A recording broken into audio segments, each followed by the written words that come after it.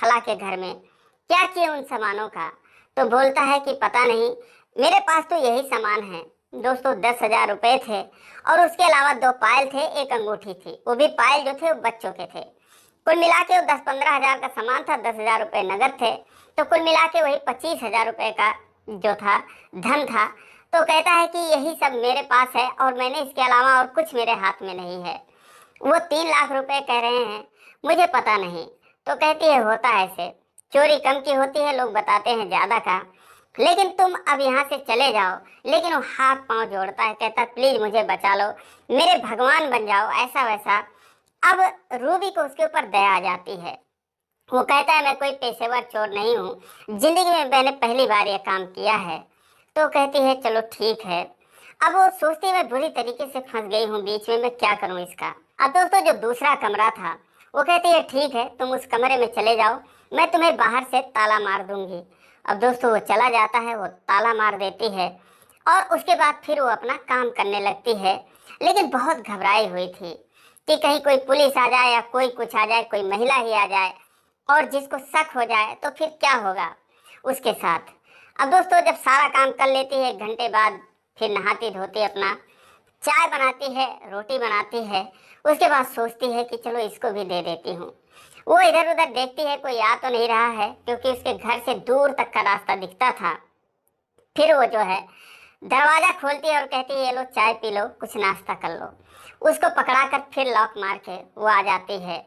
फिर दोपहर होता है, खाना बनाती है, उसे खाना भी दे देती है। और फिर दोस्तों जब शाम होता है, कुछ औरतें आती हैं, उसके घर पर बैठ जाती हैं, चोरी की चर्चा करती हैं। तभी एक महिला कहती है कि तुम इस घर में ताला क्यों मार रखी हो आज? अब वो घबरा जाती है, लेकिन कहती है कि जब जब से सुनी हो कोई चोर आया है और चोर अभी यहीं कहीं पर है, गया नहीं है वापस, तो मैं सोच रही हूँ कि ताला मार दूँ। हालांकि मेरे घर में कुछ है नहीं, लेकिन जो कपड़े लगते हैं वही कोई उठा ले जाएगा।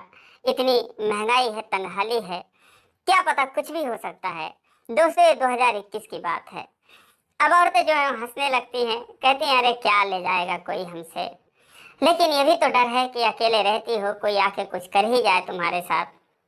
दोस्तों फिलहाल जो औरतें थीं वो चली जाती हैं। फिर रात होती है, रात 9 बज जाते हैं। अब चारों तरफ कोहरा छा जाता है।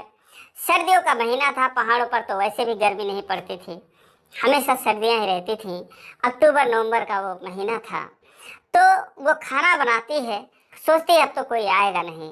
फिर वो मुकेश को उस कमरे से बाहर निकालती है और कहती है खाना खा लो।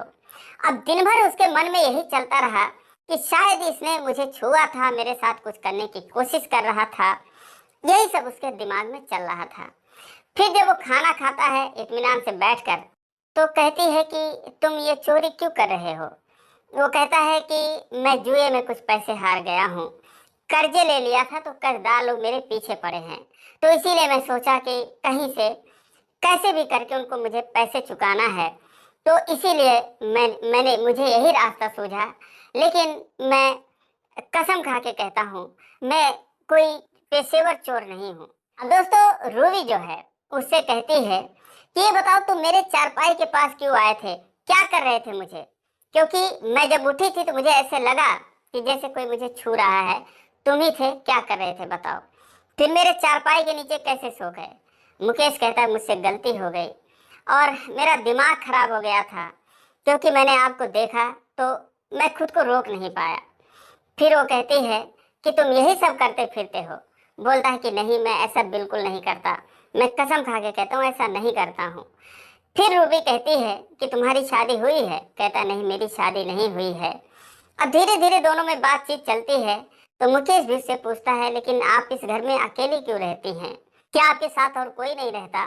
वो कहती है कोई नहीं रहता, मेरा पति था, 2 साल पहले शराबी था, शराब पी के इसी पहाड़ी से लुढ़क गया, उसके बाद उसकी मौत हो गई, तब से मैं अकेले ही रहती हूँ। अब दोस्तों दोनों में बातचीत चलता रहा, लेकिन अब जो रूबी थी उसके भी मन में कहीं ना कहीं कुछ भावनाएं उमड़ने लगी थी। दोनों के ही मन में एक जैसा चल रहा था, लेकिन जो मुकेश था उसके एहसानों तले दबा था, और जो रूबी थी वो जो है अपने से कुछ कह नहीं पा रही थी। वो कहती है कि तुम इतना गलत करना चाह रहे थे, अगर मेरी आंख नहीं खुलती तो क्या करते तुम?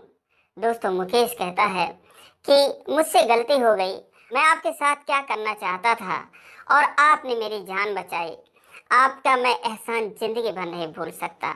अब दोस्तों उसके बाद दोनों खाते हैं, बातें करते हैं। 1 बज जाता है।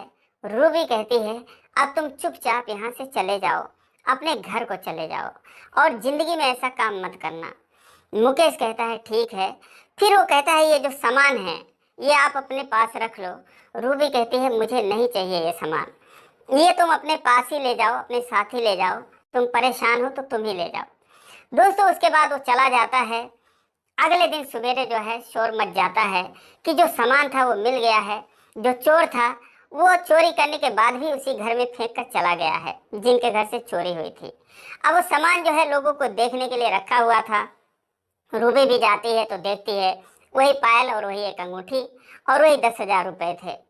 हालांकि जो मालिक थे घर के वो कह रहे थे कि मेरा तो 3 लाख रुपए का चोरी हुआ, बाकी का सामान का क्या, जो अभी तक नहीं मिला।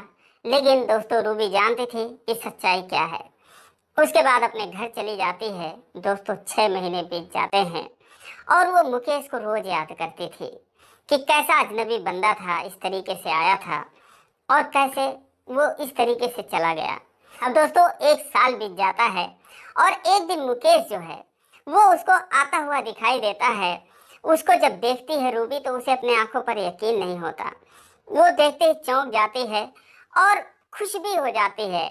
उसका मन करता है कि ऐसे इसके गले से लिपट जाऊं, लेकिन दोस्तों खुद को रोकती है और उसके बाद पूछती है कैसे हो तुम। वो कहता है ठीक हूँ मैं, और आपको मैं बहुत याद कर रहा था, आपकी याद आ रही थी और इसीलिए मैं चला आया।